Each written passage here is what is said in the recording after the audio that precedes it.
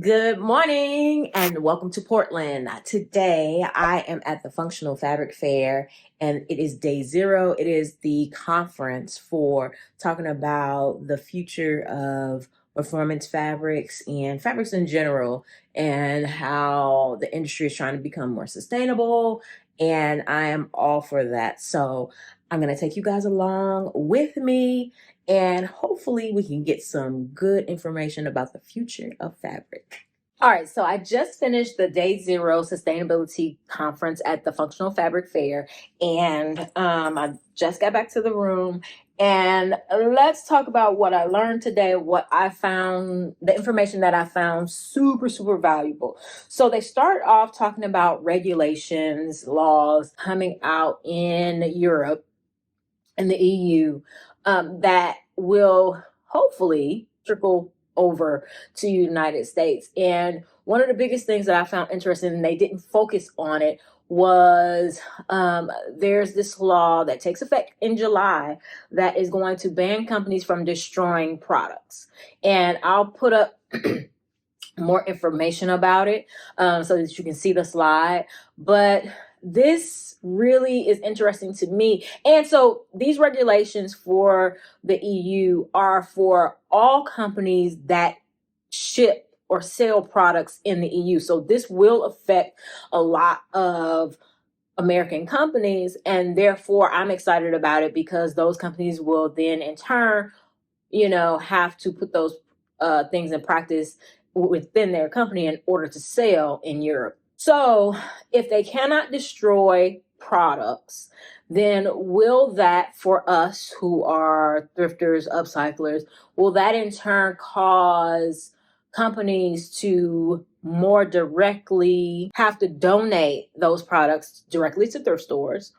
Or will they in turn have buyback programs, focus more on circularity, so that they're taking the products back and doing something else with them? I'm wondering how they're going to solve those issues. Are they then going to think about the actual number of products that they're putting out so that they're not pumping out as many products? I'm really, really curious about that. And then in this whole case, will some companies just stop selling in Europe? I'm really wondering how that is going to affect the world market of apparel and textiles. And then what they did focus on was labeling and how garments are going to be labeled. And this is really, really exciting because garments are going to have like a QR code that tracks everything about that garment, all the way from, how the raw fabric was developed, all the way through to the our actual garment being made, all the information. Now, we don't know exactly at this point because this one won't go into effect super soon. I think it's maybe the end of 2026 or in 2027. So we're not exactly sure all that is going to go into that. But that one is really exciting because it'll put more information in the hands of the end consumer. It'll help the brands as well, but it'll put more information to the end consumer so that we are able to make decisions that resonate with us. And I'm super excited about that. And when we make decisions that resonate with us, that in turn tells the brands what we want, and it can affect the way that they do things, because if we stop buying it, they can't make it or sell it. We had a whole activity around circularity, and that really, resonated with me because I'm really in my brand, trying to focus not only in my brand as a whole, not only in Blueprint Signature, the garments, but my brand as a whole,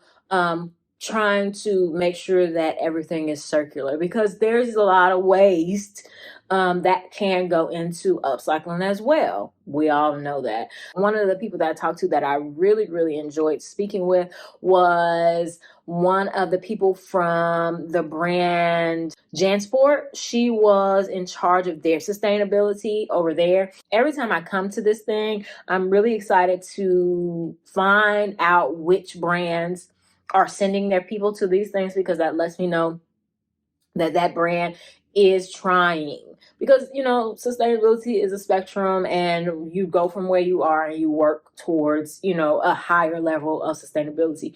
And so I want to know what brands are putting in the effort. And I did not know that JanSport as a brand was putting in that level of effort. I will be going to the fair, the showroom, to see all of the amazing fabrics, to talk to the actual suppliers of these fabrics. This is raw fabric, and a lot of, because this is performance fabrics, and so these are going to be outdoor fabrics, the fabrics that you use for your yoga pants, your running gear, your scuba diving, things like that. And so there's a lot of polyester and not a whole heck of a lot of wool and cotton, but they do have some of those things. But talking about how to make those performance fabrics that are definitely needed in this world, how to make them more sustainable. So can you give me an overview of what AATCC does? We develop standards for testing.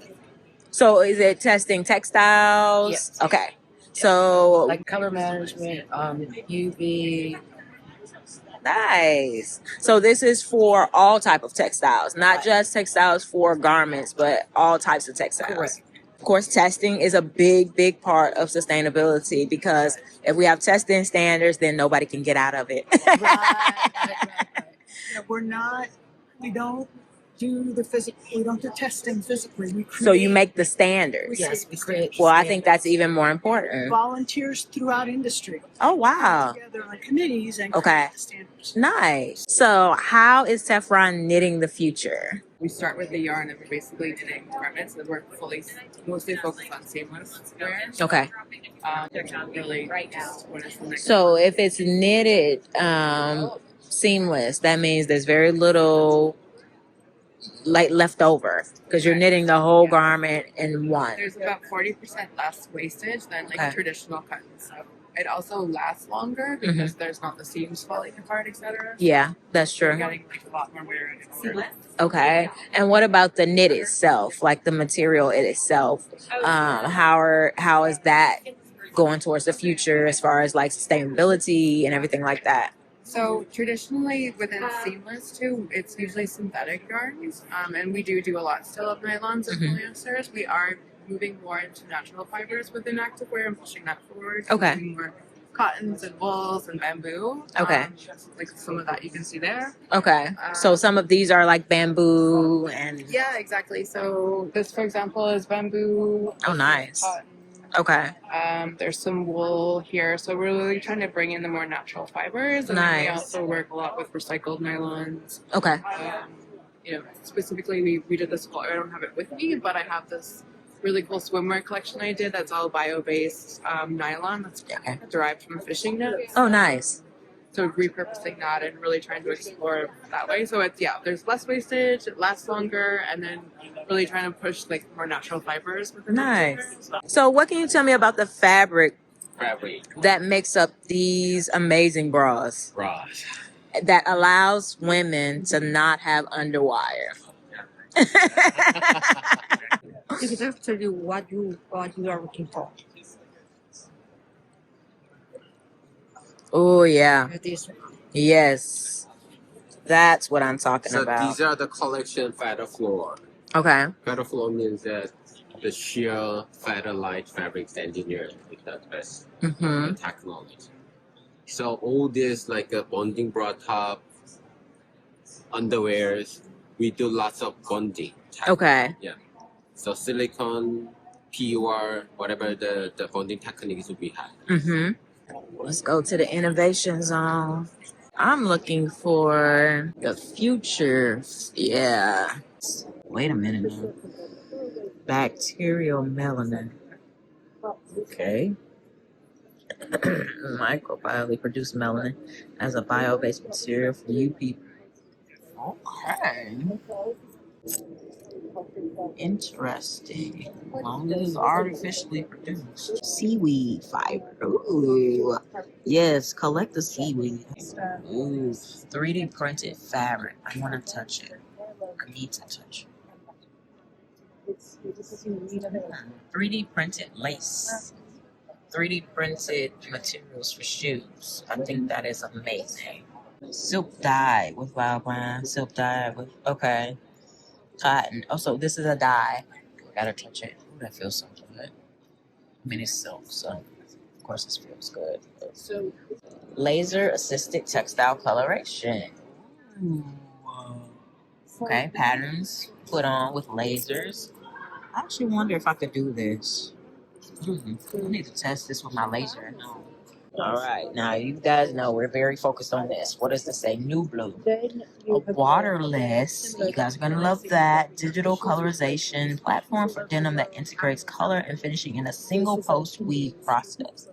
So I'm assuming they will start out like this, and then you would do all the coloring of the denim afterwards. This was my husband's shirt. He no longer wears it, so I took it and cut the bottom off, created a ruffle, removed the, pointy collar, and made it. Doesn't she look amazing, guys?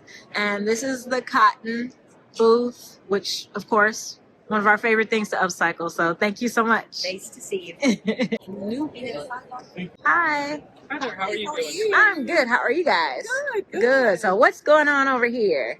So we're Walt USA. We are an apparel and textile manufacturer. So what we're showcasing here at our manufacturing booth is our sock knitting technology. Ooh. And also our embroidery and print on embroidery process. Nice. So on here we're just showcasing just standard embroidery, which is very like you'll find this kind of machine embroidery in any kind of like large scale production embroidery process. But what makes us unique is you can see here a before and after where we're embroidering with just white thread, and then we're using a specialized printing process to add color to it. Oh, wow. Where you're able to get the detail and texture of embroidery, but with that color depth that only screen printing alone can get. Oh, so my you get God. this super unique garment where you get like that cool texture of the bee with like the wing and such that you wouldn't be able to get with just embroidery alone.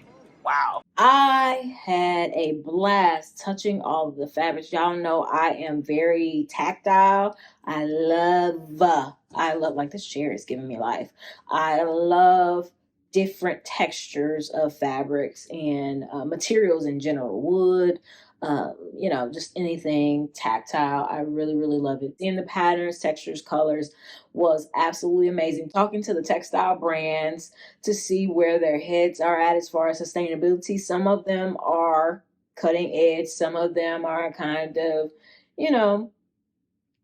I feel like lagging behind a bit. They have a place where they have expert talks. So people are talking about from their brands or their expertise what's coming up. And she was saying the same things about the legislation. So that the legislation has been the big thing for this conference. And somebody was saying in my comments, and I'm really, really hoping that this does affect the United States as well. So after this, I am going to go to happy hour and meet some other content creators. And then I think they have a after party after this. And I'm going to enjoy myself. And then it's back to Houston. Yes, I am going back to Houston. I still live in Houston. I will still be doing sewing classes. Do not worry. I know a lot of you guys were worried. Some of you guys thought I up and got married. Some of you guys thought I was leaving the state. But no, I did not do that. I moved offices. And I will talk more about that very soon.